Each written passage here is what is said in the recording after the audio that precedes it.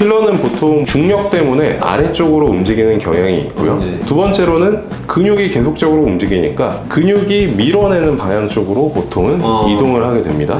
이마뿐만이 아니라 우리 애교 필러 맞으신 분들 중에서도 애교 필러가 며칠 지나면 쭉 내려와가지고 이제 눈 밑쪽에 내려와 있는 경우 많은데, 그런 경우에는 대표적으로 이제 필러가 중력 때문에 이동한 거라고 할 수가 있을 것 같고요.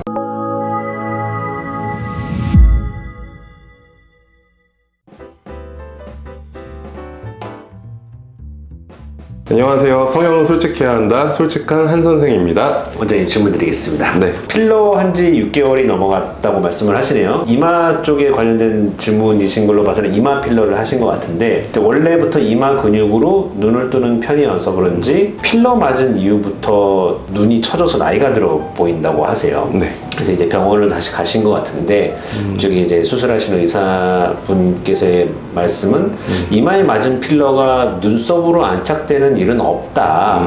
눈썹 뼈가 평평한 편이라서 눈썹까지 내려서 자리가 잡힌 것 같은데 이런 경우가 있는 건지 그거를 여쭤보시거든요. 조금 애매한데 첫 번째 포인트를 말씀을 드리면 이마 필러 시술을 하고 필러가 밑으로 내려올 수 있느냐, 네. 이거잖아요. 네네. 당연히 내려올 수 있습니다. 특히나 이분 같은 경우에는 움직일 가능성이 좀 더 높다고 판단을 하는 게, 평소에 이 눈 뜨는 힘이 약해서 이마로 눈을 뜬다고 네네. 말씀을 하셨잖아요. 이마 근육이 계속적으로 움직이고 있는 상황이거든요. 그렇기 때문에 사실 필러가 움직일 가능성이 다른 분들에 비해서 더 높은 건 확실한 상황인 거죠. 그럼 필러가 어떤 식으로 어떻게 움직이느냐, 필러는 보통 중력 때문에 아래쪽으로 움직이는 경향이 있고요. 두 번째로는 근육이 계속적으로 움직이니까 근육이 밀어내는 방향 쪽으로 보통은 이동을 하게 됩니다.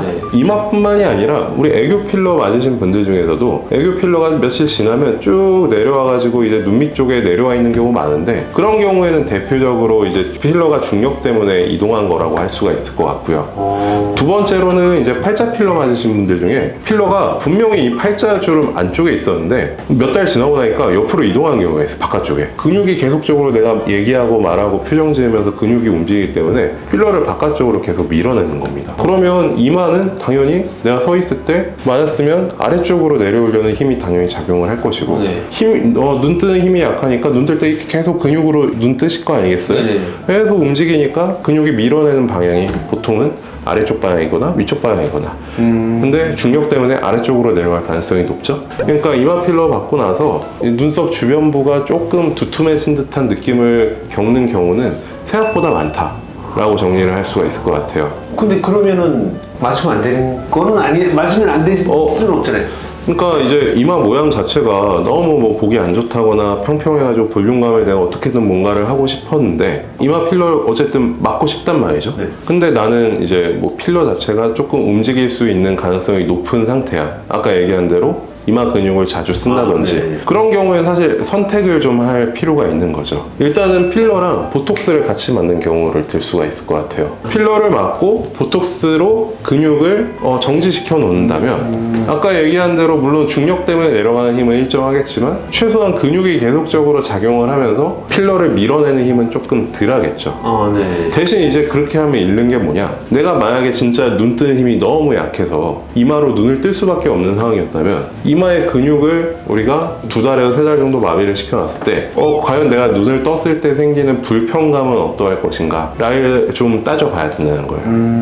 근데 그러면은 여기 애교 필러나 팔자 부분 같은 경우도 이렇게 많이 움직이는 부분인 거잖아요. 예, 그렇죠. 근데 여기 애교나 팔자에 보톡스를 같이 놓을 수는 없잖아요. 그렇죠. 그러니까 이 사실 움직이는 게 무조건 넣어놓는다고 내가 표정만 지으면 싹 움직이는 건 아니에요. 보통은 저희가 필러를 시술하는 부위는 기본적인 표준적인 상태로 판단을 했을 때 크게 움직이지 않는 부위라고 보시면 될 것 같아요. 물론 이제 애교도 우리가 눈 웃으면 이제 웃었을 때 근육 자체가 이렇게 두꺼워지긴 하지만 그게 막 필러를 막 옆으로 쫙 하고 밀어내고 이런 힘을 받을 가능성은 그렇게 많지는 않다는 거죠. 마찬가지로 마찬가지로 우리가 팔자에 물론 이제 뭘 먹거나 막 크게 웃거나 했을 때 당연히 이제 근육 자체가 움직이긴 하겠지만 사실 그런 정도의 힘으로 필러 자체가 확 옆으로 이동해 있거나 막 계속적으로 이동해 있는 경우가 그렇게 뭐 흔하지는 않다는 말씀입니다. 일어날 수는 있지만 드물게 일어나는 일이다 정도로 정리를 할 수 있을 것 같거든요. 그럼 이렇게 이 분처럼 이렇게 움직이거나 이렇게 하는 부분들은 뭐 어떻게 해결을 해요? 이제 만약에 진짜 시술을 받고 나서 뭐 몇 주 사이에 이런 식으로 움직이는 경우라면 사실 병원에 다시 내원을 하시면 이제 우리가 몰딩이라고 하거든요. 필러를 다시 좀 더 펴줄 수 있습니다. 어쨌든 필러도 우리가 마치 우리가 넣어놓으면 뭐 계속적으로 뭐 움직이고 이런 것들이 아니라 어쨌든 자기가 있는 자리에 계속적으로 있으려고 하는 성질은 있기 때문에 그 기간 동안만 옆으로 많이 밀려하지 않는다면 어느 정도 모양은 계속적으로 일정하게 유지되는 경우가 많아요. 그래서 보통 한 2, 3주 정도 동안 뭐 내가 이마나 어느 부분에 필러를 맞았는데 옆으로 움직였다면 사실 일단 1차적으로 할 건 병원에 내원해서 몰딩을 통해서 다시 원래 상태로 좀 더 펴주는 것들 이런 것들을 하시는 게 맞을 것 같고요. 뭐 시간이 조금 오래 지났다든지 아니면 이제 진찰 결과에 따라서 필러가 뭐 굉장히 조금 많이 모여 있다든지 이런 경우에는 어쨌든 필러를 좀 더 녹이고 다시 시술을 한다거나 이전에 느꼈던 그런 불편감이나 그런 모양들을 좀 해소할 수 있는 방안들을 좀 찾아야 되는 거겠죠. 그럼 이게 어찌됐건 원장님들의 실력이라고 해야 되나? 이제 이런 거에 따라서 이런 움직이는 확률이 이런 것도 좀 작아지고 할 수도 있는 건가요? 물론 기본적으로 그런 게 맞겠죠. 네. 다만 이제 그것보다는 더 중요한 건 움직이는 거는 사실 일단 예측 자체가 조금 어려운 점은 있어요. 누가 어떤 식으로 근육이 움직이는지 사실 밖에서 봐서 정확하게 알 수 없잖아요. 상담할 때는 무표정인데 평소에 뭐 집에 가면 굉장히 막 표정 자체가 화려하신 분일 수도 있고 그런 분들일수록 좀 더 옮겨갈 가능성이 높은 건데 그런 것들을 병원에 내원해서 보고 캐치하고 당신은 움직일 가능성이 높습니다 라고 얘기를 하는 건 방금 말씀하셨던 이제 이마 근육을 굉장히 많이 쓰는 경우를 제외하고는 사실 섣불리 예측하기는 좀 어렵습니다. 그런 부분들은 어쩔 수 없이 생각을 하기는 해야 되는 거네요.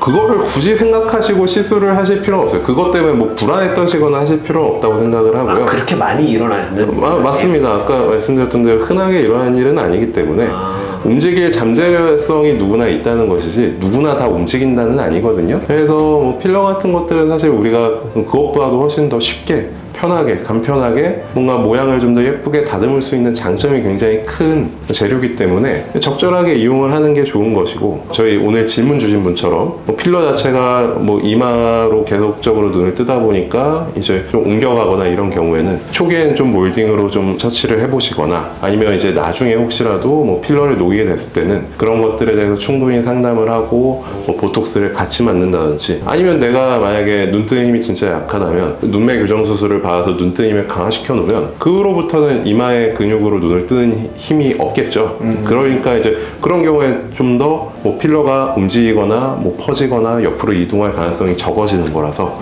그런 여러 가지 방법들을 생각해 볼 필요가 있다라고 말씀을 드릴게요. 그럼 이분은 6개월이 넘어가셨는데 이러면 그 몰딩이라는 거는 쉽진 않다고 보시면 될 것 같아요. 6개월이 지난 경우에는. 그런 경우에는 일단은 모양 자체가 많이 본인이 생각하시기에 부담스럽다면 조금 녹이시고 다시 접근을 해보시는 게 낫지 않을까라는 생각이 듭니다. 네, 알겠습니다. 네, 감사합니다. 감사합니다. 네, 감사합니다.